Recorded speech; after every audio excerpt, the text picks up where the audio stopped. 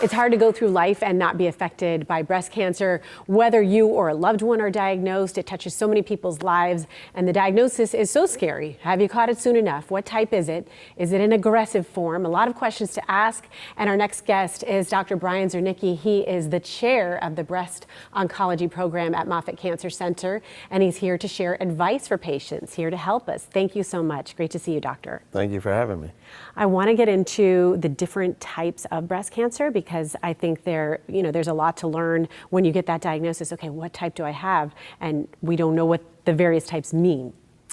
Yeah, so there are basically 3 subtypes of breast cancer based on the little receptors that are on the surface. And we call them hormone sensitive or hormone positive breast cancer, which is the most common type, which has estrogen and progesterone receptors on it.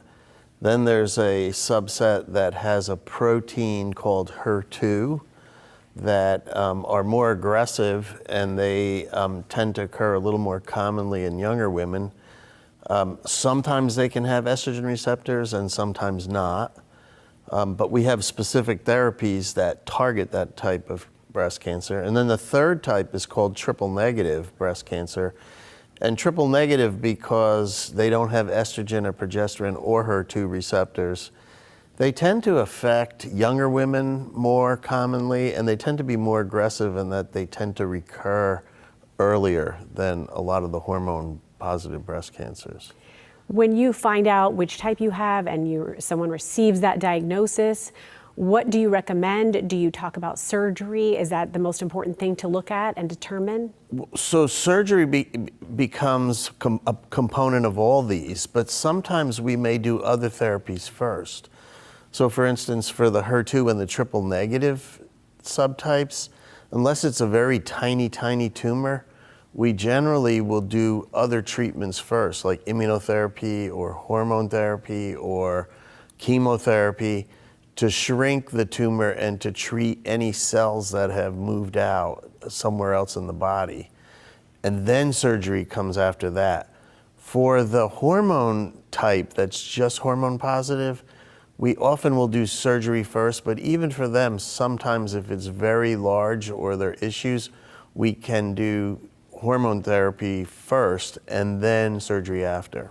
Interesting. And what are some of when you speak of surgery, what are some of the misconceptions that patients have as they're coming to see you and they're asking questions saying, no, that's not true? What do you see most often? So when anybody has breast cancer, there are 2 things they fear the most: chemotherapy and hair loss. And then from the surgery, they fear arm swelling from taking the lymph nodes out. To a lesser degree, some people are concerned about, oh, if you do surgery, will you spread the cancer because you're opening up the cancer to air?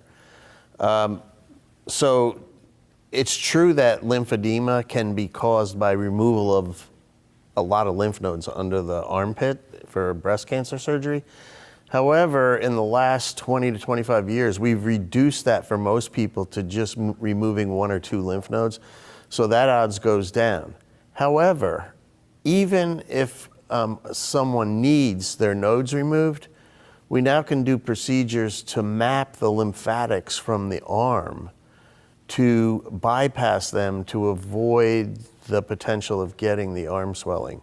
So there are things that can be done to prevent that. Thank you so much, Dr. Czerniecki. We appreciate all this information. Knowledge is power. It's very helpful, very insightful. And for more information, you can visit moffitt.org/breast surgery. We appreciate you. Thank you.